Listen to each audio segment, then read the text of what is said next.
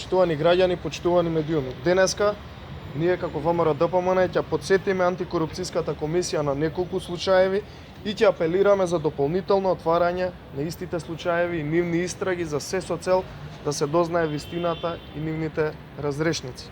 Ние ги поддржуваме и охрабруваме антикорупционерите, целата антикорупцијска комисија да стават крај на корупцијата во нашата држава, но и во владата и буквално да бидат прочешлани сите политички чинители во Република Македонија, за конечно во Република Македонија да се стави рез и во иднина да може да се почне од почеток. Јавноста и граѓаните, освен паушални одговори изминатиот период од владата и нивните функционери, се уште немаат вистински одговор и не ја знаат целосната вистина за следниве неколку случаеви кои што ќе ги споменам денеска. Зоран Заев е аболициран за криминал вреден 8 милиони евра за случајот Глобал и се уште јавноста нема одговор со што и колку се стекна тој и неговите бизнис партнери кои што беа аболицирани за случајот Глобал, каде што е фатен жив во криминал и подоцна, како што знаеме, сите аболицирани. Граѓаните се уште чекаат разрешници на случајот Цареви кули, случај кој што го обелодени ВМРО ДПМН, каде што Зоран Заев практично се потврди дека е виновен преку пресудата на тужбата кон медиумите која што имаше поднесено, кои обелоденија за истиот случај. Криминал исто така вреден неколку милиони евра.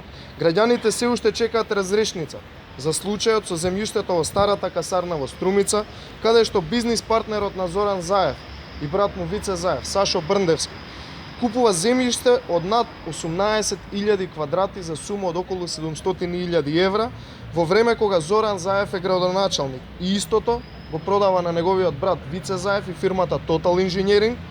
Братот на Зоран Заев, Вице Заев, го купува, односно го презема истото земјиште за само стан од 40 квадрати кој што му го дава во замена на Сашо Брндевски. Станот има вредност од само 30.000 евра. Замислете, земјиште од 700.000 евра го добива за стан од 30.000 евра. Јавноста се уште чека одговор.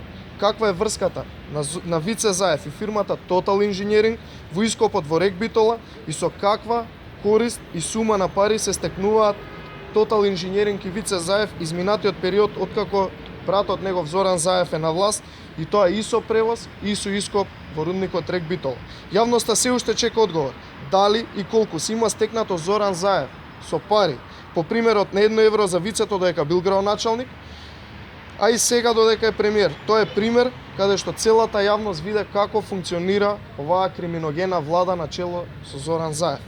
Јавноста се уште чека разрешница на случајот за вице-премиерот Кочо Андјушев, кој го објавив уште пред половина година, каде што по пат на непосредна спогодба Заев, кој што е премиер, му доделува градежно земјиште на фирмата на Кочо Андјушев, МХЕ Тополки, од неколку илјади квадрати во местото Дреново, поточно над 7.000 квадрати, додека и двајцата се на високи функции во владата, прв и втор човек на владата на Република Македонија. Јавноста особено е загрижена и интересираат фирмите на Заеви во Бугарија, Ориент Груп, Гомасидра и Радиша Трейд, кои што ги објавивме, кои што се во собственост на Трајче Заев, неговиот братучет Вице Заев и останатите, како и јавноста чека одговор за фирмата Мегатрон, или како и да е, на Дамјан Манчевски, која се поврзува со Грција, а деновиве можевме да сретнеме како пишуваат интернет медиумите. Антикорупцијската комисија исто така треба да го испита и случајот за вработување на ќерката на пратеничката од СДСМ од Струмица на гинекологија, тоа е пратеничката Катерина Кузмановска. Дали оваа пратеничка влијаела за вработувањето на ќерка и на кој начин? Така да очекуваме сите овие случаеви, антикорупцијската комисија да отвори предмети, убаво да ги истражи и да ги доведе до самиот крај, до разрешница. Во моментов ние имаме подготвено документ кој што ќе го оставиме до антикорупционерите, ќе го заведат во архивата, по кој ќе можат да се водат и да почнат да истражуваат за сите овие случаи. Благодарам. Дали има прашање?